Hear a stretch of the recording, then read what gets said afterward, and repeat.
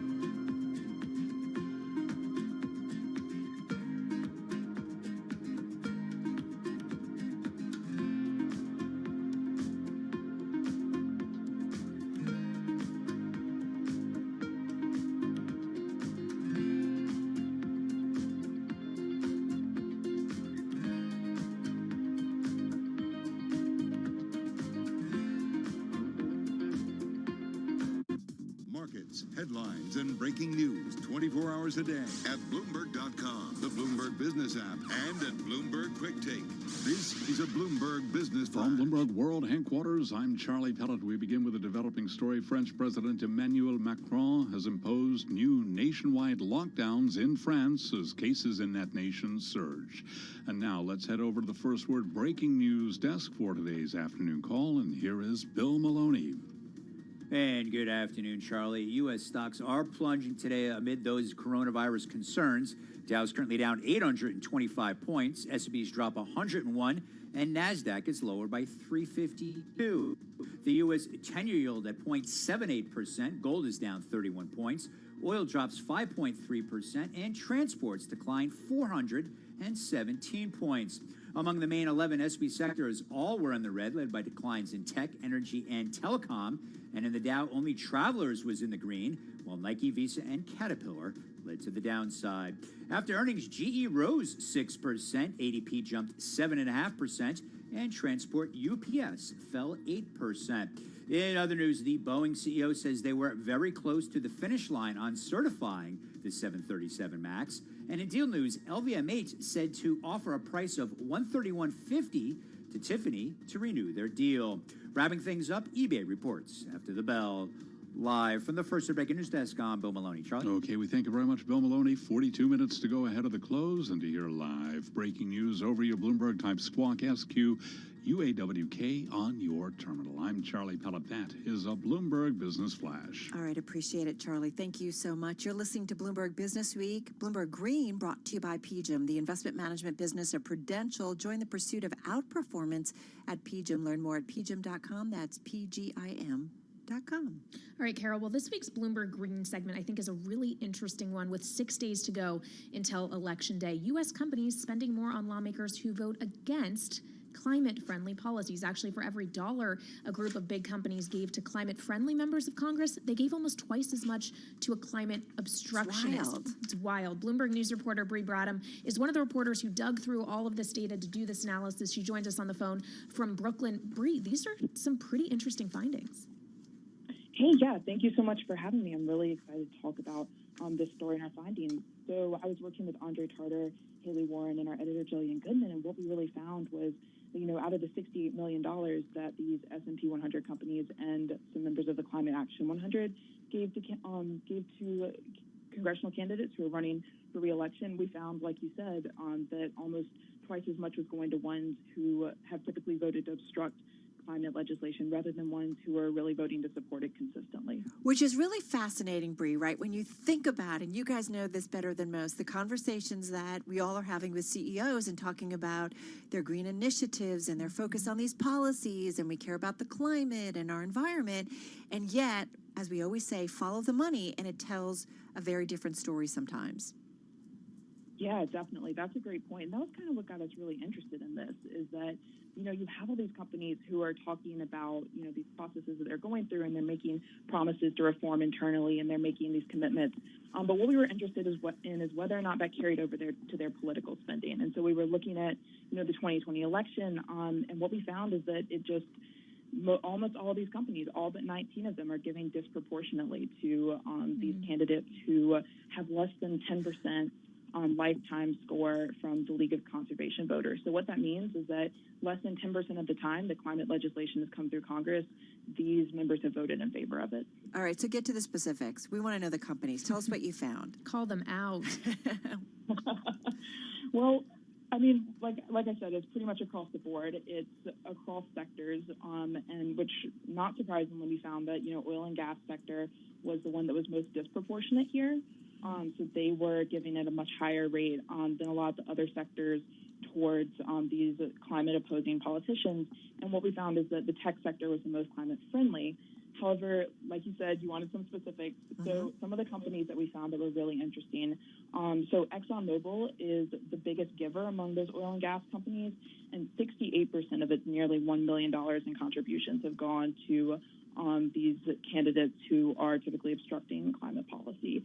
Kind of on the flip side, one of the companies that we found interesting, not one of the companies that we found interesting was Amazon, and so it gives 1.35 million, and that has a slight tilt towards climate-friendly members. So it's one of the ones that's a little bit over the edge towards being more climate-friendly rather than being than giving towards these candidates that are obstructing the climate. So those are kind of not two ends of the spectrum specifically, but companies, two large companies that are on both sides. Bree, I'm interested. How long did it take you to access, to find, and to dig through this data? Is this something that would be easy for investors to get their hands on? Because as Carol said, there's been this huge push toward ESG this year and shareholders wanting to hold these companies accountable. How easily can they do that? Yeah, that's a fantastic question. So specifically what we were looking at is the company's PACs, donations to candidates, committees, and their related leadership PACs. So and this is all like public information.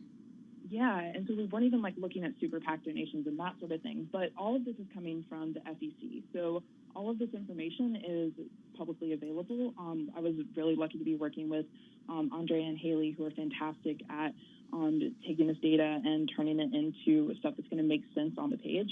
But as far as, if you're an investor or if you're somebody that just wants to know, is, this specific company PAC giving to this specific candidate, that's going to be relatively easily accessible through the SEC if you're looking for, that specific nugget of information. But it can get pretty complicated pretty quick. Campaign finance is a pretty obscure world.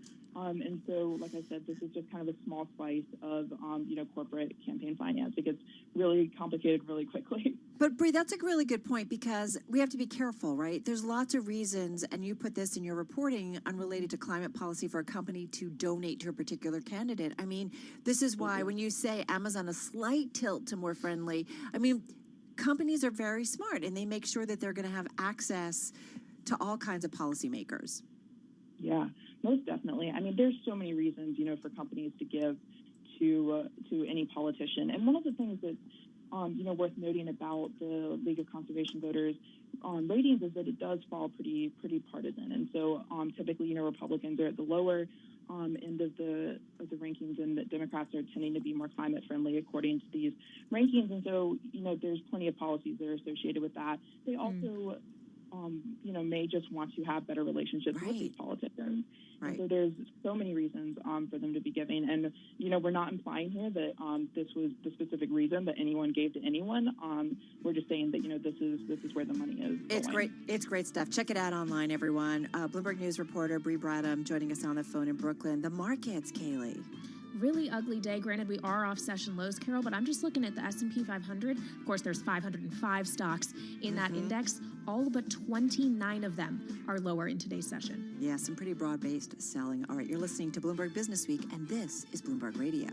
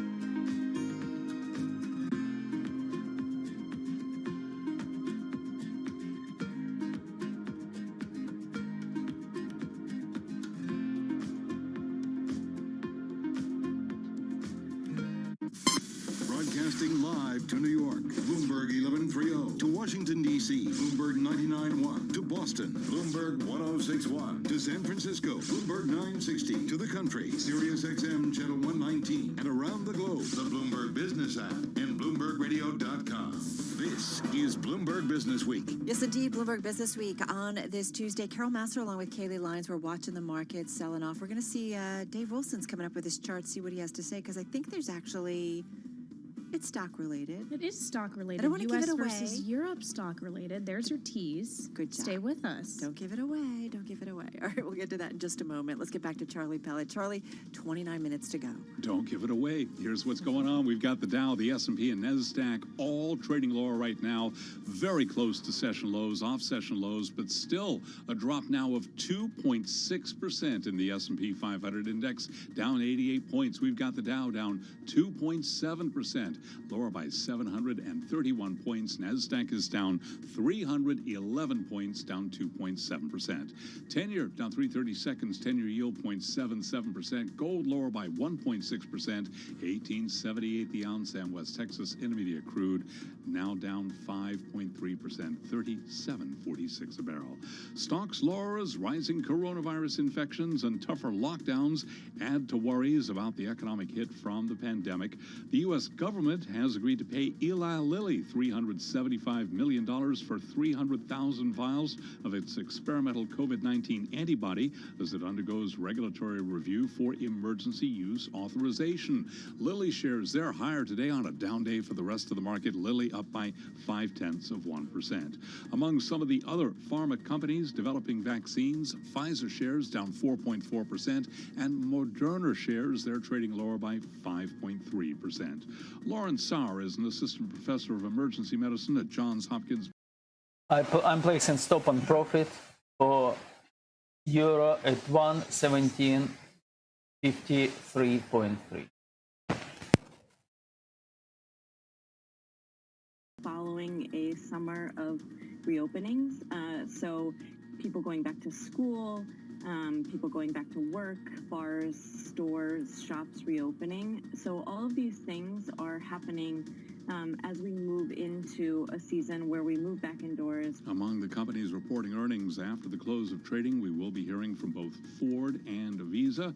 And, of course, a reminder that the Johns Hopkins Bloomberg School of Public Health is supported by Michael R. Bloomberg, founder of Bloomberg LP and Bloomberg Philanthropies. Again, recapping equities lower, S&P down 85, a drop of 2.5%. I'm Charlie Pellet. That is a Bloomberg Business Flash. Thank you, Charlie. Off those session lows, though. This is Bloomberg.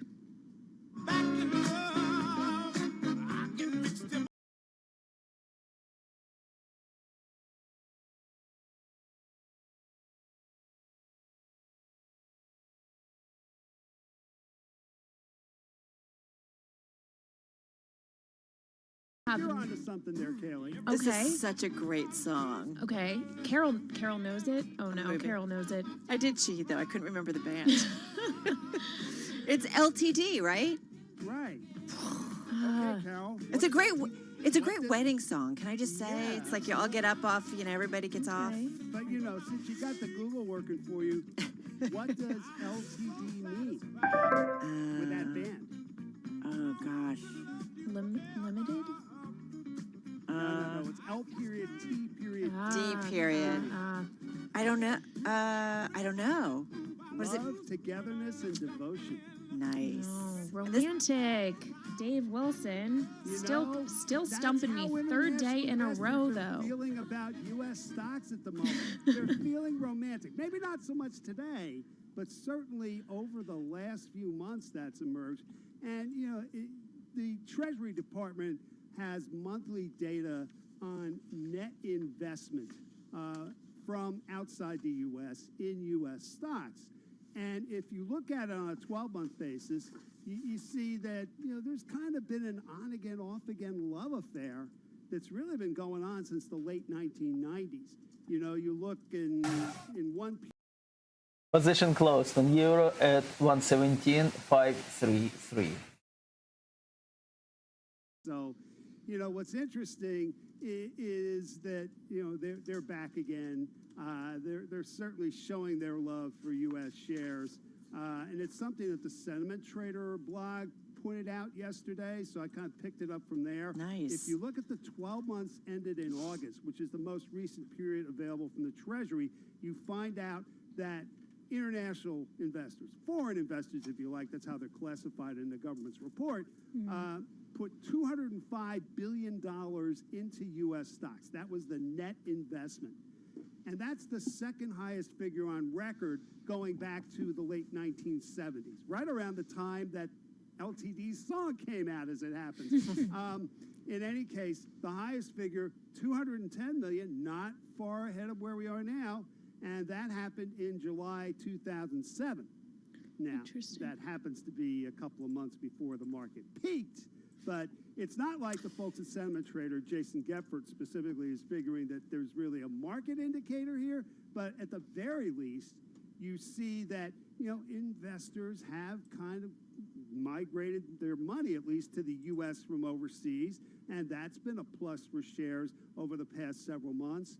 And you have to wonder, with the fluctuations that we're seeing in stocks, whether the love affair could cool just as much as it heated up in the past